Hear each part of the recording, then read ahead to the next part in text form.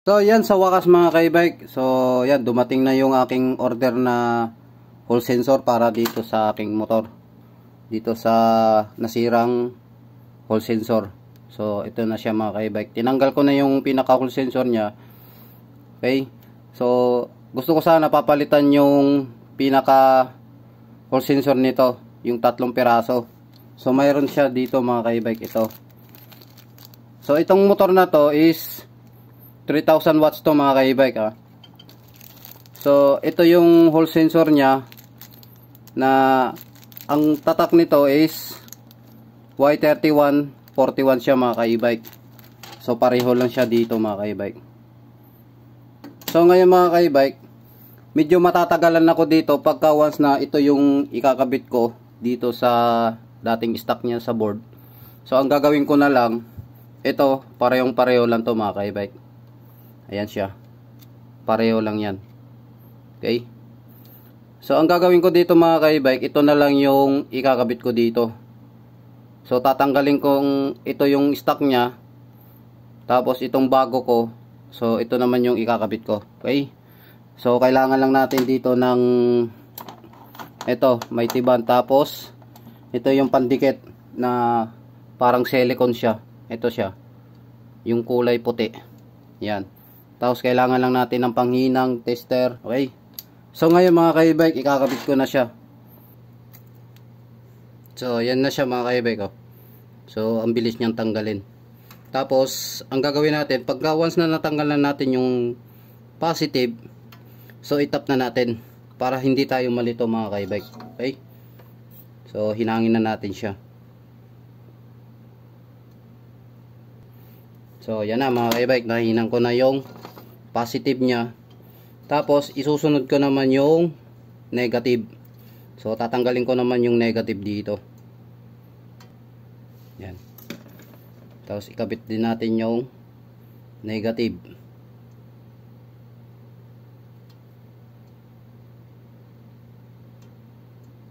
So yan na siya mga ka-e-bike, nakabit ko na yung positive at negative. Ang isusunod naman natin yung letter A, yung kulay yellow. So tanggalin na natin yung yellow. Yan.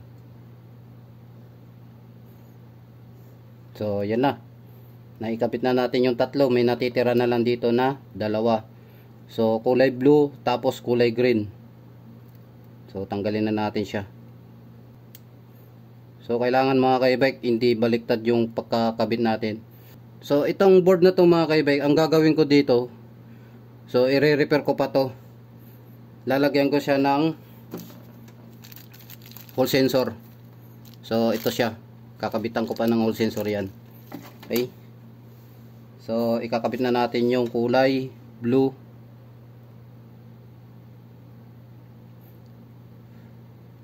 So yan na. Tapos isusunod natin yung pinakahuli, yung kulay green. So yan na siya mga ka-e-bike, tapos na. So ganun lang siya kadali mga ka-e-bike. So kailangan pag tinanggal nyo tong stock nya, ito yung stock nya dati, so kailangan isa-isahin nyo. So kung tandaan nyo naman siya mga ka-e-bike, kung napicturean nyo naman itong luma nya, itong wiring nya, so gayahin nyo na lang do sa picture para hindi kayo malito at hindi magkabaliktad yung itong tatlong hall sensor na to mga ka-e-bike. Okay. So check natin muna siya. Okay siya. Yan. So ngayon mga ka-e-bike, itong hall sensor na to, ikakabit naman natin dito sa tatlong butas na to. So ito, nalinis ko na to. Nilinis ko na yan, tinanggal ko na yung dating dikit niya na hall sensor. Yan. So kakabit natin siya. So ito na mga ka-e-bike, naipasok ko na yung hall sensor niya dito sa butas. So ang gagawin ko naman diyan, lalagyan natin ng konting may tiban. So papatakan lang natin siya para hindi mahugot yung pinaka sensor niya mga ka-e-bike. Okay? So konti lang papatak natin diyan.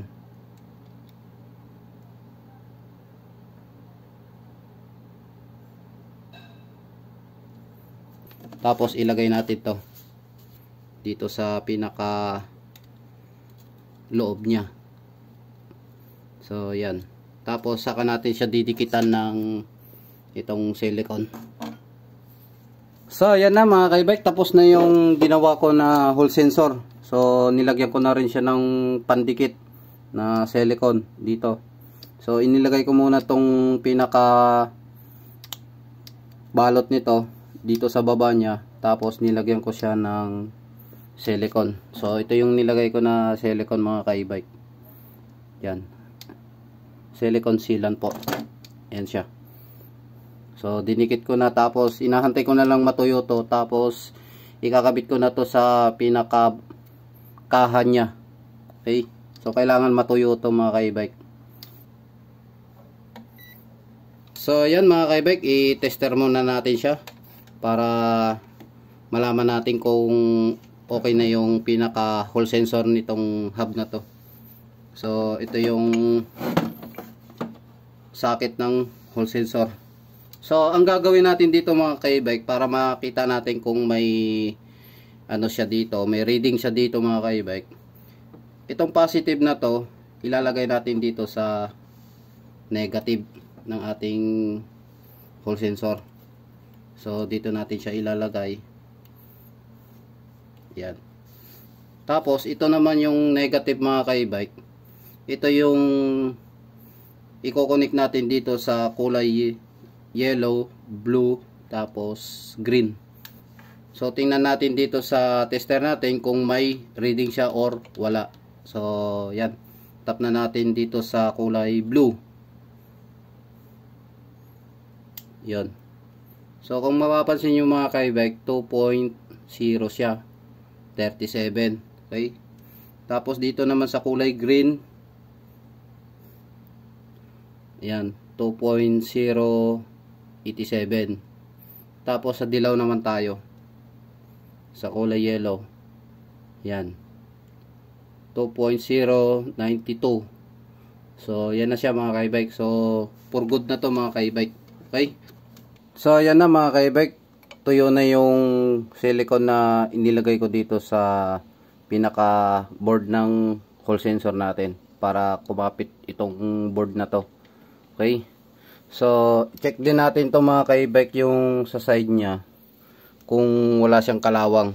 So pagka may kalawang siya mga ka-e-bike, pwede nyo siyang lihain ng 1,000.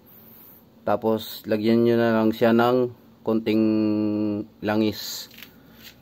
So dito naman mga ka-e-bike, pagka once na may dikit siya na gasket maker siya, so kailangan linisin din natin siya. Okay? Tanggalin din natin siya mga ka-e-bike, pati dito sa pinaka cover niya. So ito siya, natanggal ko na yung pinaka stock niya dati na gasket maker. So malinis na to mga ka-e-bike, pati din dito sa pinaka kahan niya. Okay? So ngayon, pagka once na binalik natin to mga ka-e-bike, itong pinaka dynamo niya dito sa loob, so kailangan din natin ng gasket maker. Ito mga ka-e-bike. So kailangan natin lagyan to, konti lang, para in case lang na ano mga ka-e-bike, pagka once na mababad siya sa tubig, so hindi siya basa-basa at papasukin ng tubig sa loob.